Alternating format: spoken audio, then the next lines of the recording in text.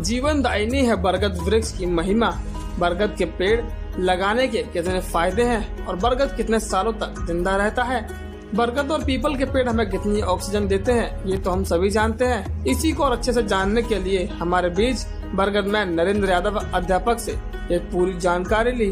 उन्होंने अपनी मुहिम 1000 बरगद पीपल ट्री गार्ड सहित लगाने का संकल्प लिया है। इसमें 772 पौधे पहले ही उनके द्वारा लगाए जा चुके हैं। और मैं रहने वाला जयपुर का हूँ मूलतः है और मेरी पोस्टिंग जो कार्यस्थल है वो धौलपुर पंचायत समिति के एक गांव बक्चोली लोधा के अंदर मेरी पोस्टिंग है। और मैं पिछले साल से बहुत ही मेरे मन में जो कई सालों से दबी हुई जो इच्छा थी वो प्रफुल्लित हुई। उस इच्छा के तहत मैंने बरगद और पीपल के विथ ट्री गार्ड, इस तरह का ट्री गार्ड जो है वो मैं हर पौधे के साथ में लगाता हूँ, क्योंकि पौधे की सिक्योरिटी सबसे अहम होती है। तो इस सिक्योरिटी सहित मैंने 1000 पीपल और बरगद के पौधे मैंने जिले में लगाने का जो संकल्प लिया है उसमें 772 पौधे हो चुके हैं अब तक। और मेरा जब पौधा थोड़ा सा बड़ा हो जाता है तो मेरा दिल इतना खुश हो जाता है कि मैं पौधे के गले लगता हूँ और बड़ा मन करता है उस पौधे से खुश होकर के गले मिलने का। और जब मेरे पौधे जैसे 40 पौधे मैंने नई कोट परिसर है यहाँ वहाँ पर लगाए हैं, तो उन पौधों की जैसे ही लंबाई बढ़ती है तो मेरे मन में एक अजीब सी खुशी का एहसास होता है जो मैं किसी को बयान नहीं कर सकता। जब ये हजारों पौधे तैयार हो जाएंगे तो मेरा मन कितना खुश होगा ये मैं खुद ही जान सकता हूँ। और इस चीज के लिए मैं जो प्रकृति के लिए इतना प्रेम जो मुझे है वो मिला है, क्योंकि जब भी मैं किसी प्रकृति प्रेमी से मिलता हूँ तो मुझे बड़ा अलग एक सुकून और एहसास का अनुभव भी होता है। और ज़्यादातर मैं आप लोगों को बताऊं क्योंकि मेरे माँ बाप ने भी मतलब पेड़ों के प्रति रुचि जो उनके अंदर थी, उन्हीं से मुझे ये मेरे मतलब दादाजी से, मेरी मम्मी से, मेरे पापा से, इन लोगों से और मेरा परिवार सभी का वृक्षारोपण में रुचि रही। पर मेरा विशेषकर बरगद और पीपल से लगाव विशेष रहा, क्योंकि ये बड़े पेड़ बनते हैं और इनकी उम्र बहुत बड़ी होती है। सर, इनकी उम्र पीपल और जो आपने जो बरगद के जो पेड़ लगाए हैं इनकी उम्र लगभग कितनी होती होगी सर? जी, शास्त्रों के अनुसार तो अगर हम माने तो लगभग 500 वर्ष बता रखी है। और बाकी कुछ जैसे मान लीजिए अपने प्राचीन जो समय के अंदर जो कई जगह पे लिखा हुआ है कि इनकी 1000 वर्ष की उम्र मानते हैं, पर अगर वैज्ञानिक भाषा में भी अगर अपन बात करें तो 250 वर्ष से इनकी उम्र कम नहीं होती। सर, आपने ये केवल पीपल और बरगद का ही पेड़ क्यों चुने सर? काफी भी पेड़ होते हैं, ये पेड़ क्यों नहीं चुने? जी सर, ये एक तो विशालकाय पेड़ होते हैं और इनकी जब है अकाल या कोई महामारी उस समय आती है तब भी ये जैसे अकाल कोई भीषण दुर्भिक्ष अकाल पड़ता है तो उस समय भी ये पेड़ हमेशा हरे भरे रहते हैं। उस समय भी पशु पक्षियों के लिए ये एक मतलब खाने का काम और सभी के हमें उस समय हरे भरे रहते हैं जब बिल्कुल हर तरफ से अकाल दुर्भिक्ष स्थिति हो।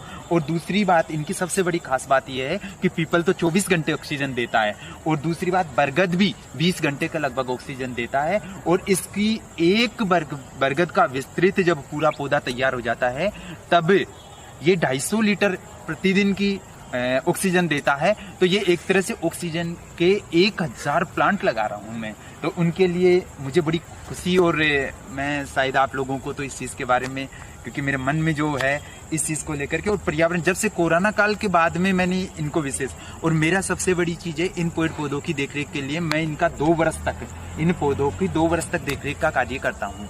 इसमें पानी वगैरह के लिए इनकी मैंने बाकायदा लिस्टें तैयार कर रखी है। क्रम संख्या से कोई भी पौधा नष्ट होता है या उसको क्षति पहुँचती है तो उसको मैं पुनः उसी रूप में करने की कोशिश करता हूँ कि जैसे उसके लिए नया ट्री गार्ड वगैरह तैयार करवा करके उस पौधे का नया उससे भी बड़ा पौधा लगाने की कोशिश करता हूँ। जैसे एक साल में कितना पौधा ग्रोथ कर पाता उसके।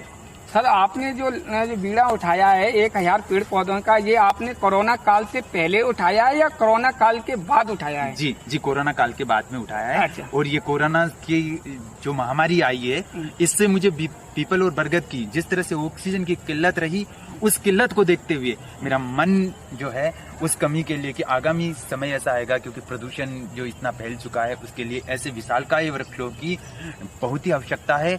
और मैं सभी से एक विशेष निवेदन करता हूं कि आप सभी वृक्ष लगाएं, कम से कम जीवन में एक बरगद और पीपल जैसे बड़ा विशालकाय वृक्ष लगाएं। और हो सके तो अगर मतलब किसी और भी सभी को मोटिवेट करें। और मेरा भी यही है कि मैं 1000 लगा रहा हूँ, आप लोग भी 1-1 लगाओगे तो काफ़ी संख्या में। और आगे भी मेरा मन ये कर रहा है कि मैं 1000 से इसको 1 लाख तक लेके जाऊँ, मेरी एक मन में ये है और मैं पूरी कोशिश करूँगा।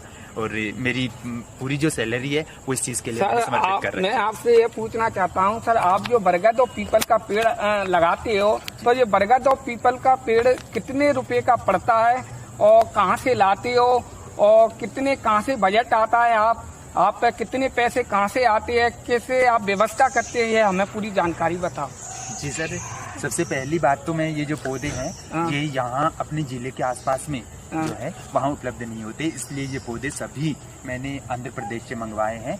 और जो एवरेज पौधे की जो कीमत है वो पौधे की 500 रुपए का भी है कुछ पौधे, और कुछ पौधे 750 रुपए के। बड़ी हाइट के जो 15 फीट की हाइट तक के पौधे हैं वो 750 रुपए के हैं, और जो 7 से 10 फीट के बीच के होते हैं वो 500 रुपए तक के हैं। इसके अलावा ये जो ट्री गार्ड है, प्रति पौधे का ट्री गार्ड, कुछ स्पेशल ट्री गार्ड होते हैं वो 2200 रुपए तक पड़ते हैं, जबकि ये ट्री गार्ड है ये करीबन 1600 रुपए का पड़ता है। और इस पूरी मुहिम में जो है खर्चा, इसमें मेरी बहन है छोटी, वो भी अध्यापिका है, तो उसका वो भी इसमें अंशदान करती है। मेरी मिसेज वो भी टीचर है, वो भी अपनी तनख्वाह का 20% इसी मुहिम में देती है, और मेरी तनख्वाह का 100% मैं इसी मुहिम के लिए मैंने लगा रखा है। और इसके अलावा मेरे मम्मी पापा जो भी है किसान हैं, तो वो भी इसमें फंड की व्यवस्था करते हैं। तो एज ए मतलब परिवार से बाहर मैंने किसी से 1 रुपया भी नहीं लिया है इस मुहिम के लिए, और मेरे खुद के परिवार और मैं खुद अपने निजी तौर पे जो ये मुहिम चला रखी है। सर, आपको जो सैलरी मिलती है, तो आप अपनी सैलरी का कितना पैसा अपने पास रखते हैं और बाकी के पैसे कितने लगाते हो? जी, मैं अब तक मुझे 4 साल हो गई है, मैं मेरी सैलरी में से मैं सिर्फ 1 रुपया लेता हूँ।